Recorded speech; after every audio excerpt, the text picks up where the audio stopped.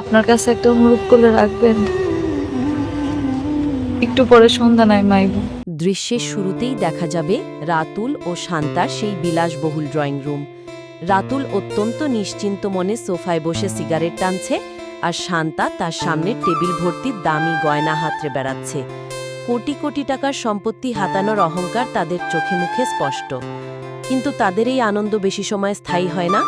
হঠাৎ করেই অনিক এক ঝাঁক পুলিশ অফিসার নিয়ে সেই ঘরে তীব্র বেগে প্রবেশ করে। হঠাৎ পুলিশ দেখে রাতুল কিছুটা চমকে উঠলেও নিজের ভেতরের ভয় লুকাতে একচিলতে কৃত্রিম হাসি ফুটিয়ে বলে, কিরে অনিক বন্ধু আমার, একবারে পুলিশ টুলিশ নিয়ে হাজির? এত ভালোবাসার কি আছে? অনিক অত্যন্ত কড়া এবং গম্ভীর গলায় জবাব দেয়, তোর এই নাটক দেখার সময় আমার নাই রাতুল। তুই ভাবছিস বস্তির একটা বুড়িকে টাকা দিয়ে মিথ্যা কনফেশন দেওয়াইলেই তুই শাকিল চৌধুরীর কোটি কোটি টাকার সম্পত্তি পেয়ে যাবি? তা শুনে শান্তা চিৎকার করে ওঠে এবং বলে, এই অনিক চৌধুরী, মুখ সামলে কথা বলুন। আমি শালিমা চৌধুরী, এই কোম্পানির আসল মালিক।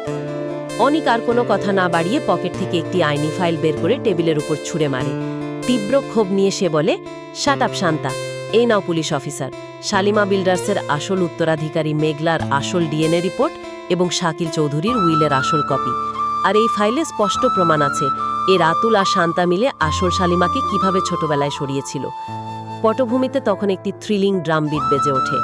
রাতুল চোখ বড় বড় করে অবিশ্বাসের সুরে বলে, এইটা ভুয়া রিপোর্ট, অনেক তুই বানোয়াট কাগজ তৈরি করছিস।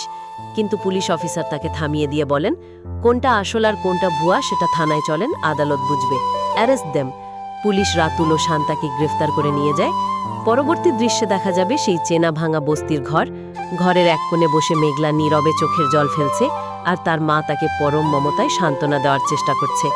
এমন সময় অনিক তার গাড়ি থেকে নেমে সোজা মেঘলাদের ঘরে এসে দাঁড়ায়। অনিককে দেখে মেঘলার মা কেঁদে উঠে বলেন, জামাই ও জামাই, তুমি আবার আইসো? অনিক সোজা মেঘলার কাছে গিয়ে তার হাত দুটি জড়িয়ে ধরে অত্যন্ত আবেগ নিয়ে বলে, মেঘলা, আর এক ফোঁটা চোখের জলও তুমি ফেলবা না। তুমি কোনো বস্তির মেয়ে নও, তুমি শাকিল চৌধুরীর একমাত্র মেয়ে শালিমা চৌধুরী। কিন্তু মেঘলা অভিমান আর কষ্টে তার হাতটা সরিয়ে নেয়।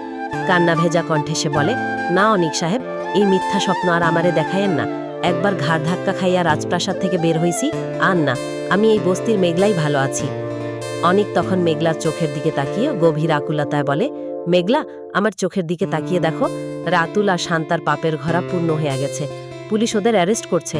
এই অনিক চৌধুরী থাকতে তার মেঘলা সম্মান কেউ কেড়ে নিতে পারবে না। চলো আমার সাথে, তোমার নিজের রাজত্বে ফিরে চলো। ব্যাকগ্রাউন্ডে তখন বেজে ওঠে একটি পরম স্বস্তির ও ভালোবাসার সুর।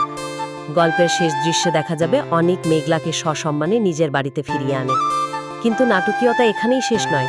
তারা যখন ড্রয়িং রুমে প্রবেশ করে তখন সেখানে আগে থেকেই বৃষ্টি একা বসেছিল। মেঘলাকে অনিকের পাশে অক্ষত এবং সসম্মানে ফিরে আসতে দেখে বৃষ্টির মুখ মুহূর্তে কালো হয়ে যায়। বৃষ্টি নিজের ভেতরের হিংসা চেপে মনে মনে বলতে থাকে, তার মানে রাতুলের সব প্ল্যান ভেস্তে গেল, এ মেঘলা আবার ফিরে আসলো। এরপর মুখে একটি কৃত্রিম হাসি টেনে সে অনিককে বলে, অনিক, তুমি মেঘলাকে আবার ফিরিয়ে আনলে, কিন্তু যে মেয়েটার কখনো সন্তান হবে না সেই বংশের বাতি কিভাবে জ্বালাবে? বৃষ্টির মুখে এই চরম অপমানের কথা শুনে অনিক আর নিজেকে ধরে রাখতে পারে না। সে তীব্র চিৎকারে ঘর কাঁপিয়ে বলে, চুপ করো বৃষ্টি, সন্তান হওয়া না হওয়া আল্লাহর হাত, কিন্তু কারো সম্পত্তি আর সম্মান হরণ করা শয়তানের কাজ, যা তুমি আর রাতুল মিলে করতে চেয়েছিলে। অনিকের এই রুদ্ররূপ দেখে বৃষ্টির হাত থেকে তার মোবাইল ফোনটি মাটিতে পড়ে যায়। মেঘলা ও অনিক একে অপরের দিকে দৃঢ় দৃষ্টিতে তাকায়, আর বৃষ্টি ভয়ে কাঁপতে থাকে। এই তীব্র উত্তেজনা এবং স্ক্রিন ফ্রিজ হওয়ার মধ্য দিয়ে শেষ হবে আগামী পর্বের মূল আকর্ষণ। অনিক কি পারবে মেঘলাকে তার হকের সমস্ত সম্পত্তি সম্পূর্ণ বুঝিয়ে দিতে, নাকি বৃষ্টি ও রাতুল মিলে পর্দার আড়াল থেকে নতুন কোনো চাল চালবে? তা দেখতে হলে দর্শকদের পরবর্তী পর্বগুলোর উপর কড়া নজর রাখতে হবে। বন্ধুরা, ভিডিওটি আপনাদের কেমন লেগেছে? আর যদি আমাদের চ্যানেলে নতুন হয়ে থাকেন তাহলে চ্যানেলটি সাবস্ক্রাইব করে পাশে থাকুন। ধন্যবাদ।